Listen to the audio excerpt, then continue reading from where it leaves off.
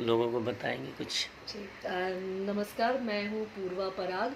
आप लोग मुझे जय संतोषी माँ में कुंती के रूप में देखते हैं। इसके पहले आपने सर्वगुण संपन्न में भी मुझे देखा था।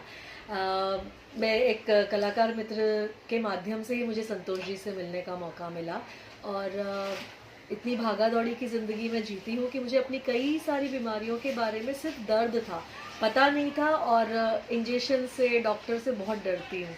तो मैंने कभी कोशिश भी नहीं की कि मैं जाके अपना डायग्नोज करवाऊँ। मेरे मित्र के द्वारा मुझे संतोष जी से मेरा परिचय हुआ और मेरे पति का इलाज करने के लिए वो हमारे घर आए।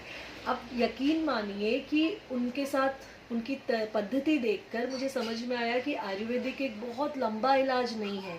कई छोटी-छोटी चीज़ें होती हैं जो हमें त्वरित में ठीक कर देती है, तुरंत में ठीक करती हैं, बस एक सही वैद्य का पता होना चाहिए। तो संतोष जी से जब मिली तो मेरे पति को कंधे में फ्रोज़न शोल्डर था, वो उन्होंने विदिन 2-3 मिनट फर्स्ट रिलीफ दे दिया।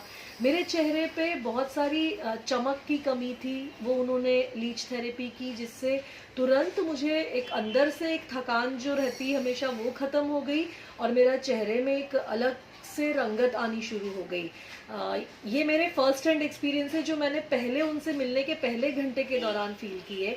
उसके अलावा उन्होंने पेट का कुछ इलाज किया, उसके अलावा उन्होंने कुछ आयुर्वेदिक दवाइयाँ दी जिससे मेरे को 2 दिन के अंदर ही मेरा पाचन, वात, पित्त, कफ का जो प्रॉब्लम होता है वो मेरा 2-1 दिन में ही कंट्रोल में आने लगा।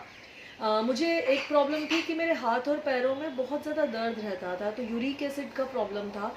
वो उन्होंने विदिन जिसको कहेंगे 10 या 12 मिनट के इलाज से, जिसमें एक उन्होंने वैक्यूम से मेरे ब्लड को सक्शन करवा के उसमें से गंदा ब्लड बाहर करके उसको एक सफाई कर दी।